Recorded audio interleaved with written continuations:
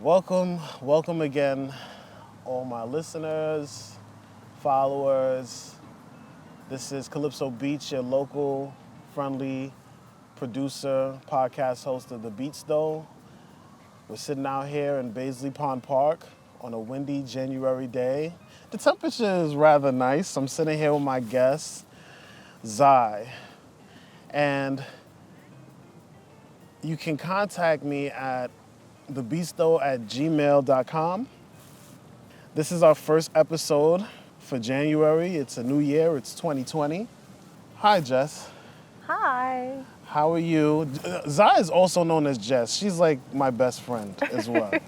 But Zye is her professional name. Yes, it is. She likes to knit. She likes to sing. She likes to write music. She likes to play music. She's an incredible music writer. Thank you. She's an incredible knitter, and she's part of the creative team that we run with, together. Yes. We're creative people. We got to stick together. Yes. Yeah, we're kind of odd, so we have to. You gotta, the weirds gotta. Yeah, we gotta make a clan and. We gotta make a team or Yes. something. Combine forces. You know what I mean? So, how are you feeling today? I feel great. It's so weird today because it's January, but it's like I'm out here in a sweater, no jacket. It's like sunny. We're sitting by water. Yes, we are sitting by water. We're looking at wheat. We're looking at wheat. I don't know if this thing is wheat, but these are these things. You know what? I'm gonna call it New York wheat.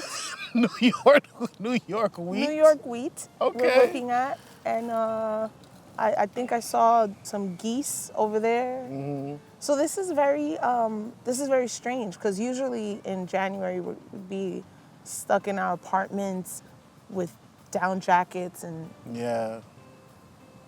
Zye knits would be in high demand. And high demand because we'd be covered in snow. Right, exactly. So this global warming thing is I don't know. I feel like it might be a real thing.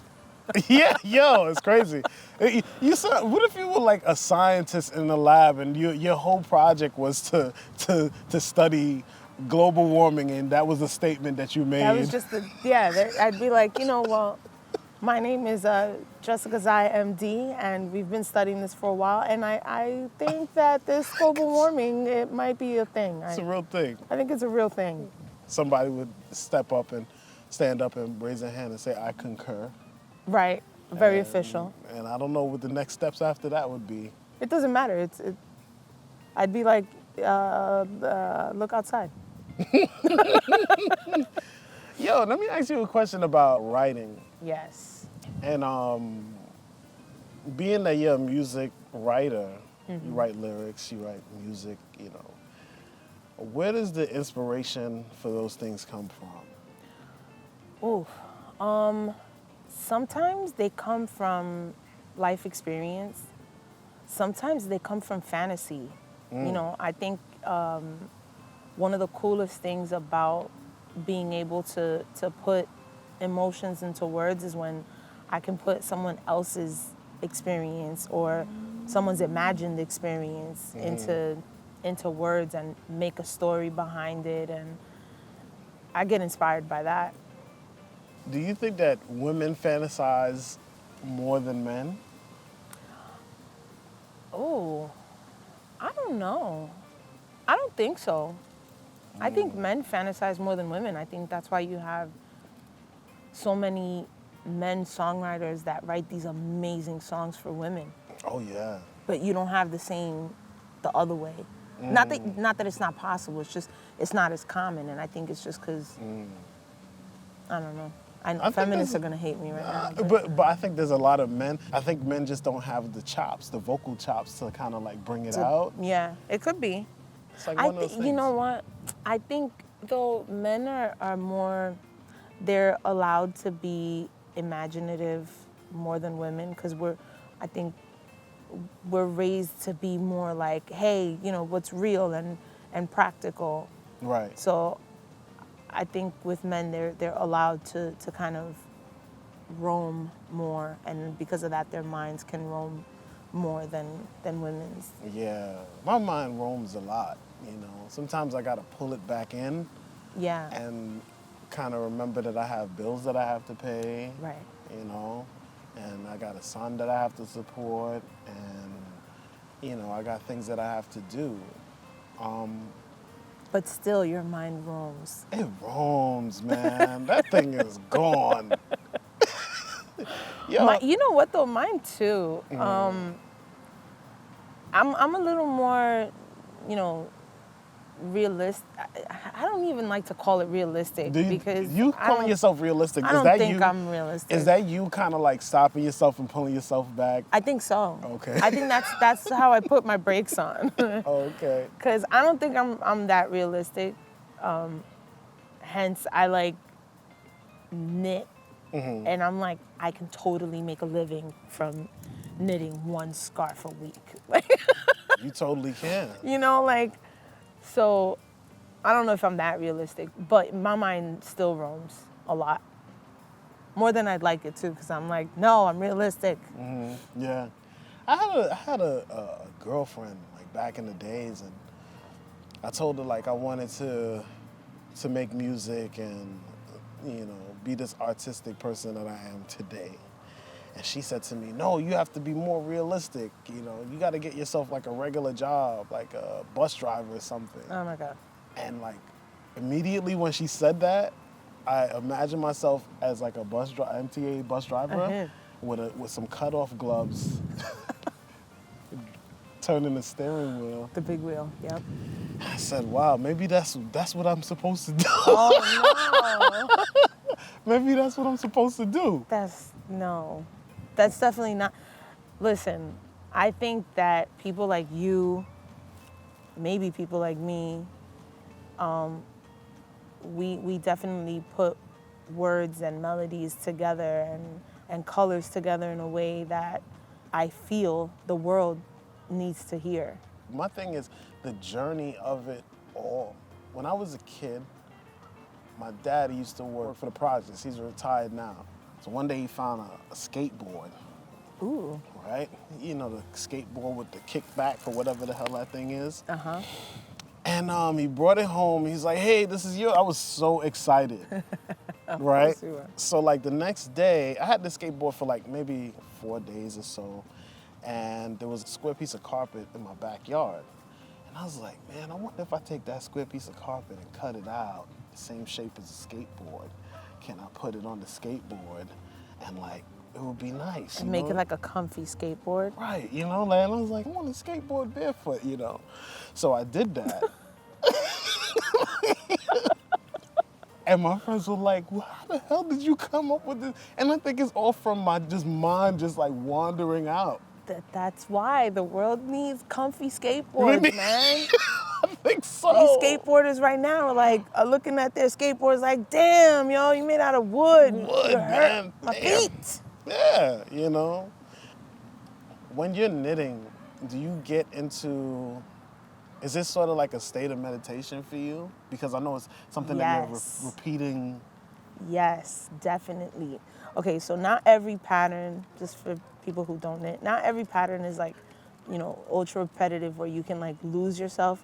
Knitters call it TV knitting, where you can watch TV and knit. Like not every pattern is like that. Some patterns you really have to focus on and sit there and count and pay attention to. And you can't look away because when you do drop a stitch or you pick up the wrong stitch or whatever, you know, especially if you're like blending colors. And I'm sorry that I'm nerding out a little bit with the knitting. Okay.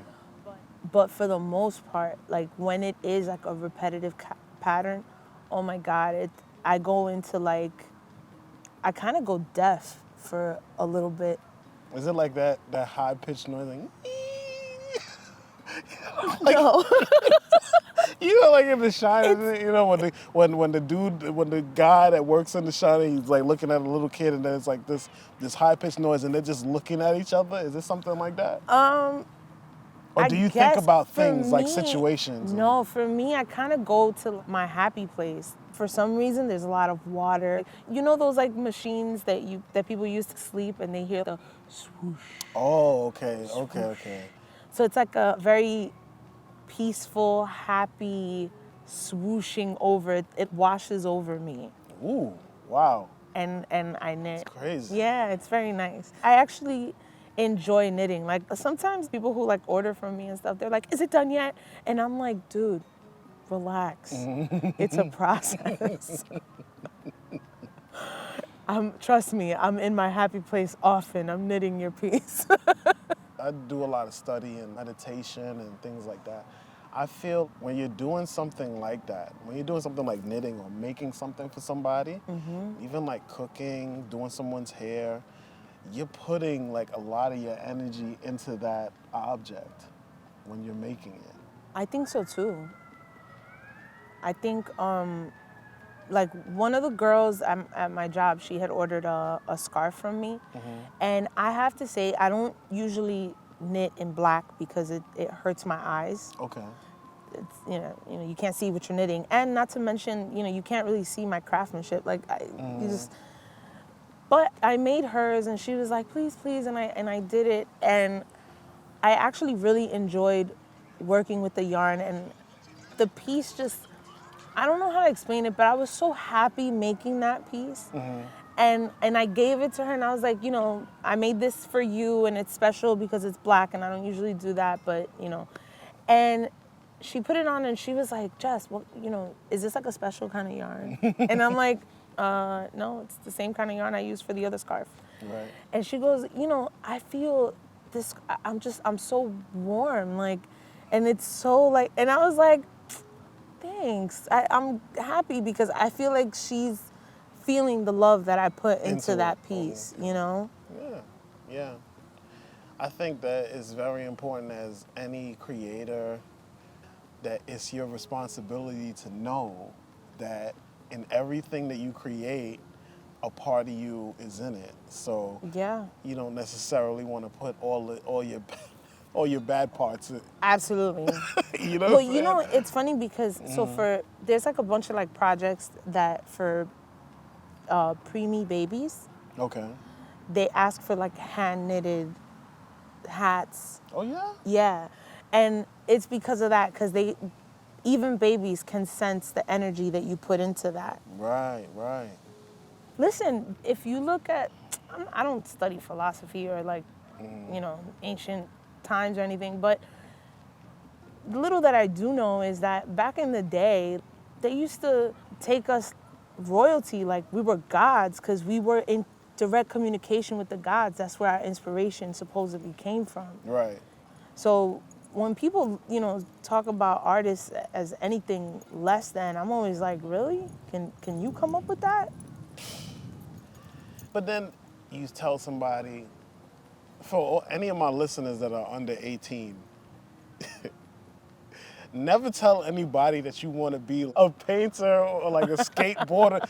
Just tell them you want to be like a garbage man or something. That's your life. Something unionized. Yeah, something unionized. That's your life. That's all you're into. Every time they see you, you're like picking up garbage or something.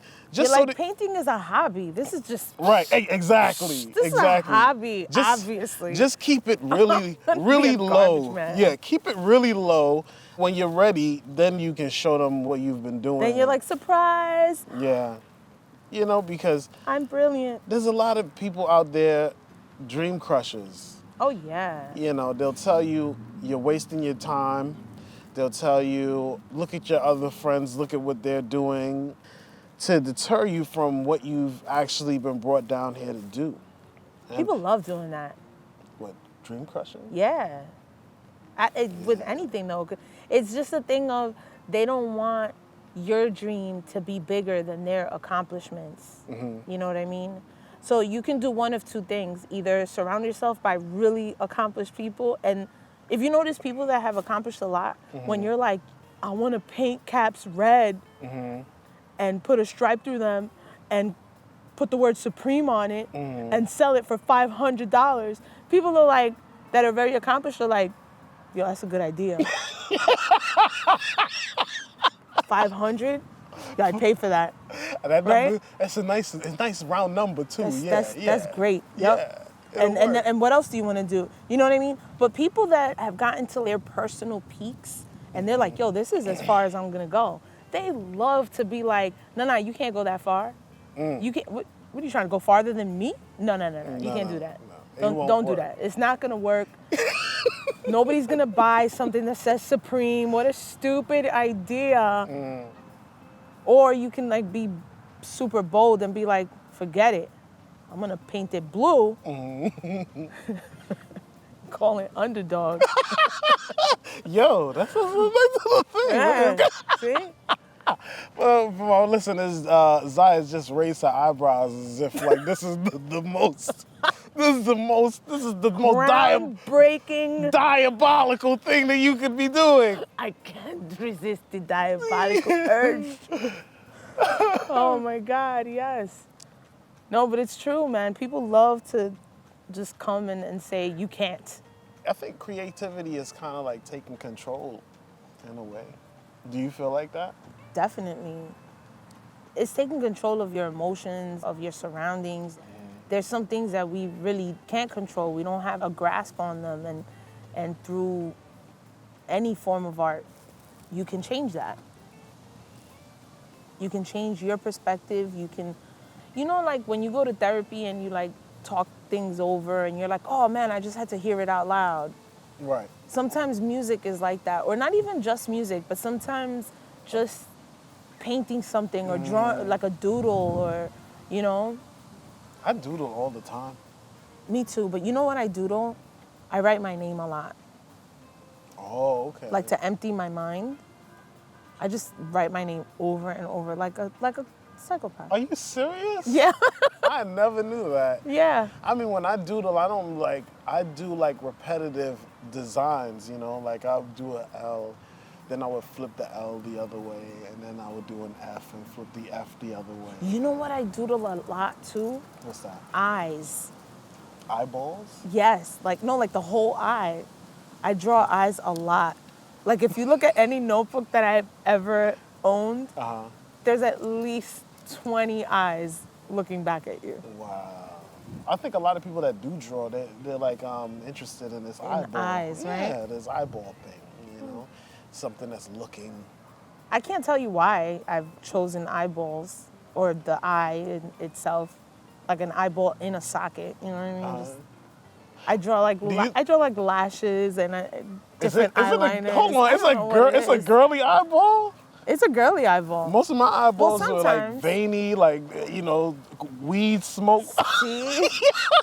No, most of mine have like the cartoon long lashes and sometimes different shape eyes, and I'll do stuff with the eyebrow. Like, listen, my eyeballs are very lit. They lit, yo. I know they lit. Hell yeah. Because I think early on I had a cousin that was very much into graffiti. He was more so into cars than anything. So he would draw like graffiti cars. So let's say if That's he kinda like, dope. yeah, if he liked like a Supra or something or a Honda, he would draw like a graffiti version of that car and his name would be behind. I don't know where he got that idea from. One day I would have to sit down and have a conversation with him and figure out what, but that's what he used to draw like all the time. That's what his doodle. So then I started getting into doing graffiti stuff, and I remember I seen something that this guy did. It was the Smurfs. Like during the 80s, around that time, like a lot of the graffiti artists were taking the cartoons from that was on TV. Yeah. And they were putting it into their graffiti. So you had Papa Smurf and whatever, Smurfette and all that. And you would have mushrooms all the time. So I got so intrigued. I never knew that mushrooms was even like a drug thing. You were just like, let me draw this fungus. Yeah, yeah. So I was like very much into that thing, and then the drugs. Then you would see like Papa Smurf, he's like high or something next to a mushroom. Right. So then I would draw those type of eyes. I was intrigued with those eyes. I was like, why is his eyes so red? Why is his eyes so red? He needs some Visine. That Smurf needs some water. Yeah, that's what my mom and dad use. He needs some Visine and some water. Tell that Smurf to cup his hand just like so and blink into some water. Blink into some water. Yeah. Yo, that's some ghetto shower. That's a ghetto, for y'all that don't know, that's a ghetto Visine. Right. Where you just get some water. What's the temperature of the water? I want to say it should be cool. slightly cooler than room temperature. I don't know about that. I'm not blinking into no cold water. It's not cold. It's like fresh water. Oh, okay. Yeah, that for y'all that's listening, that's a ghetto Visine. If you don't have Visine in your house, Just cup your yeah, hand and put some water in it and blink into it. yeah. You know what I was very That, by the way, that's not a medical recommendation. Just some, yeah, just in case. just some ghetto Dominican Yeah, remedy, yeah, a little remedy. which I'm also into. What's that? I love like home remedies because as a creative, sometimes I don't trust this government and the medicines that they want to put into my system. Oh, okay. So I'm like, you know what? We've been drinking ginger for God knows how long. I'll stick to that. I'll stick to the drinking ginger. And the cinnamon and frankincense. One time, because I'm very much into like spirituality, whatever people might want to call it. Mm-hmm. And I was like, for like a month, I was reading this whole thing about cinnamon. Like, I was so into cinnamon. Yes. So one day, my wife said she had like a headache. I said, well, yo, sprinkle some cinnamon in your head. Right, so she sprinkles, this is the thing she does. She sprinkles the cinnamon in her head, or something like that. She says she had a headache or something. She goes to sleep, and now you got all these cinnamon particles Oh like in my your head. God. So she lays down on the pillow, and normal people, they don't sleep like robots. They move around. You know what I'm saying? I don't think she calculated this into the whole thing. I didn't either. Man, I was about to say, I don't think any of you really thought that. No, it wasn't a good idea. It was not a good idea. It doesn't sound like a good idea. Cinnamon, and all the studying that I did, like cinnamon is like fire. It's like, oh my God, man, she went to sleep. That thing got in her eye. Yeah. It got all over the place, Yeah. man. I said, damn. No, you're supposed to like take the cinnamon. Like, Gotta be careful. like drink it. Thank God it wasn't cayenne pepper, man. Thank God. Oh my goodness. But yeah, a lot of the remedies too. That's part of creative inspiration too. I think a lot of the people that were trying these things out, they just had an idea at first, and they said, "Hey, you might die, you might not, but let's try it out." There's a good possibility that you won't die right, because it's cinnamon, and try this. Yeah, but I think there's, as far as that goes, creativity is a good thing. It keeps propelling us forward into the future, whatever the future might be. You also have a blog. I do have a blog. Can you tell us a little bit about your blog and what it's about? Yes. So my blog, it's called Letters to My Daughter. And I'm basically writing a whole bunch of letters to my daughter. Okay. But I'm also opening it up for my community. So, I do have people that write letters to their daughters about different topics, and my tagline for Letters to My Daughter is that it's your letter to write and it's your story to tell. So, a lot of times we have people want to change our narrative. They want to tell us what our history is. But the biggest way that we have, as Black people, we've passed on our tradition by word of mouth. Right. You know what I mean? I want us to be able to tell our own stories and be able to pass down our traditions and our true customs to our daughters and see if maybe we could change the narrative for some of these girls that maybe don't know where they're coming from, so it's hard for them to know where they're going. Right.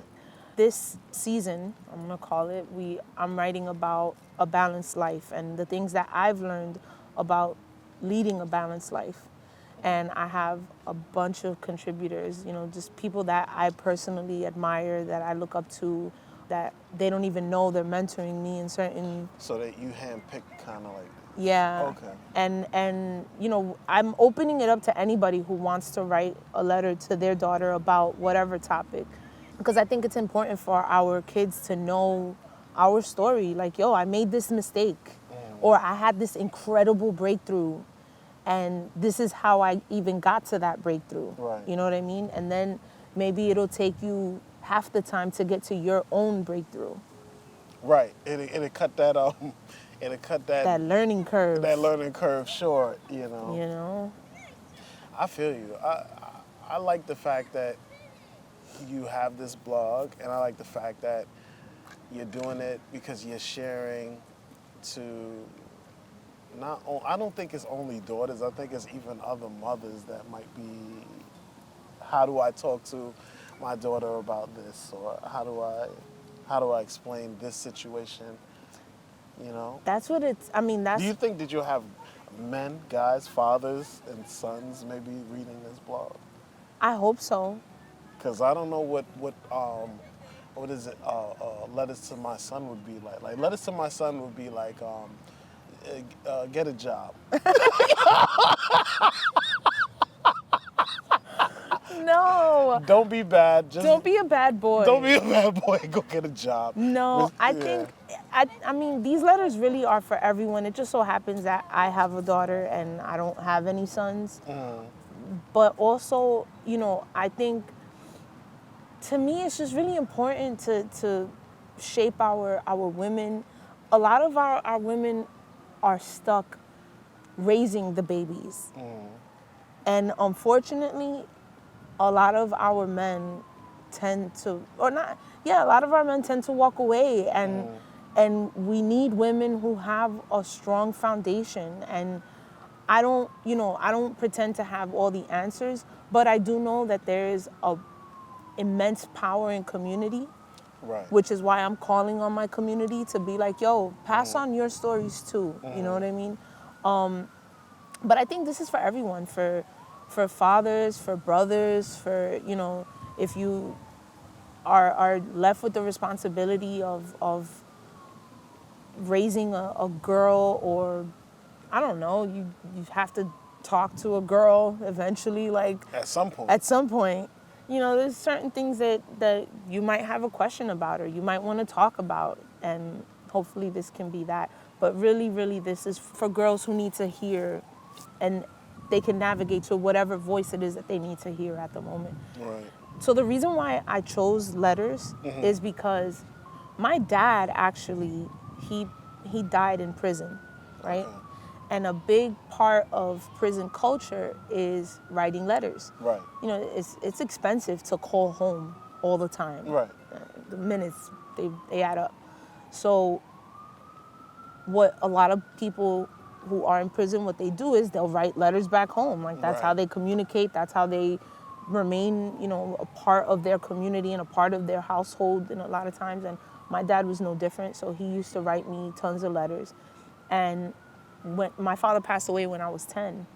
Wow. Okay. So in the past years, I look back to his letters sometimes when I crave to hear his voice, when I'm like, man, I just want to feel loved by my dad right now. Right. You know, and there's a lot of times that we have that, you know, and I'm lucky enough to have that to turn back to. You know, my father died in the 90s. There was no recordings of him. It's not like I could turn back and look at the video, you know. Right. So this is a way of me feeling the love of my dad And connecting with and, them. and connecting with him, you know. Right. I want this to serve for girls who maybe are lacking in that, or sometimes just need to feel loved and hear a voice that's not so close, so near, you know what I mean? So, yeah, that's my...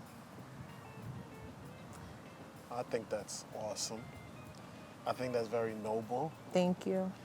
By the way, I don't want to just have like high-powered and, you know, inspirational people that, or the people that we consider to be inspirational, like, oh, she's a CEO, she's phenomenal. Like, Oh, not. yeah. We don't want just those people. No, I don't. Yeah. Those people, there's, you know, they have a platform, and I'm not afraid to give them a platform either. But I also want us, the regulars, Right. you know what I mean, like people who know how to budget because we were broke and Yeah, we have had to. Yeah. You know what I mean, and we had to learn how to make do with what we have, and I want those people too. That's why I'm going to shelters, and I'm gonna be going to prisons soon, and Right. having them tell their stories. Right. And, you know. Zye, Yes. how can my listeners contact you Yeah. So I've made it Blog. very easy for people to find me. JessicaZye.com will have everything on there. It has links and tabs and stuff that you can go to. And my Instagram is there, but if you want to just go to my Instagram, it's Zye to you. So ZYE, the number 2, the letter U. Okay. And but on JessicaZye.com you can find everything. What about Letters to My Daughter? So Blog. Letters to My Daughter at this moment does not have its own website. So you can actually find it on JessicaZye.com. Okay. Folks, we are now coming to a close. This was a great conversation with a great individual, Jessica Zye, and the first show of January 2020. I hope you guys have enjoyed the conversation. To hear more of our shows, you can go to TheBtzTho.com. You can also listen in on Spotify, YouTube.